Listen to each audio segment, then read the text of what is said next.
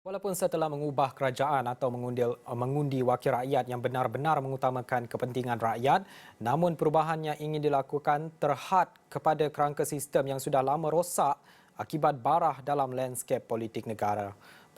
Pengasas bersama Undi 18 Dharma Pillai mencadangkan agar penyelesaiannya berjalan secara serentak dengan menyokong wakil yang memperjuangkan kepentingan rakyat serta menekan pihak berkaitan untuk mewujudkan perubahan sistemik. Ya, saya memang bersetuju bahawa raksasa berkepala tiga ini iaitu politik wang, politik identiti dan juga pemusatan kuasa yang melampau adalah bara yang terlalu lama tumbuh dan menjangkiti negara kita. Dan ini bukanlah hanya isu yang berskala kecil, ya, bukannya hanya isu individu. Ini adalah isu atau permasalahan yang telah dibudayakan dan dijadikan sistem untuk berdekad lamanya. Dan raksasa ini menjadikannya sukar, malah mustahil untuk kita membawa perubahan polisi yang berpihak pada rakyat.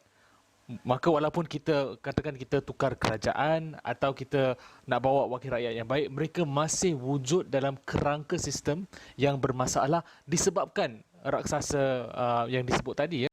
Tarma berkata demikian ketika mengulas tulisan bekas pengerusi kumpulan CIMB Datuk Seri Nazir Tun Razak dalam memoirnya What's in a Name. Antara lain, Nazir menggambarkan permasalahan negara sebagai raksasa berkepala tiga iaitu politik wang, politik identiti dan pemusatan kuasa melampau yang boleh diatasi melalui penubuhan Majlis Perundingan Negara Kedua. Namun bagi Tarma, seperti konsep rukun negara yang diwujudkan melalui Majlis Perundingan Negara pada 1970-an, sebarang idea yang dicadangkan tidak akan mengubah situasi tanpa iltizam politik. Secara jujur saya ada kebimbangan saya lah, ya. Contohnya isu political will untuk dilaksanakan, kan?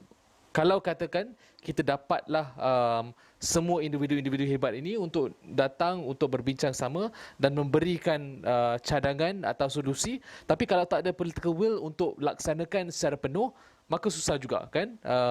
Contohnya saya bagi contoh untuk NCC atau Majlis Perundingan Negara pada zaman 70-an, di mana mereka membawa konsep rukun negara, di mana ia diwujudkan untuk menjadi jati diri untuk setiap anak Malaysia. Konsep ini tidak dihayati dengan sepenuhnya, kan? Kita hanya menghafal prinsip rukun negara, tapi dari segi melihat objektif rukun negara untuk mewujudkan masyarakat demokratik, liberal, adil dan progresif dan sebagainya, kan? Perkara itu tidak dihayati, kan, dan tidak diikuti oleh pembuat dasar negara kita.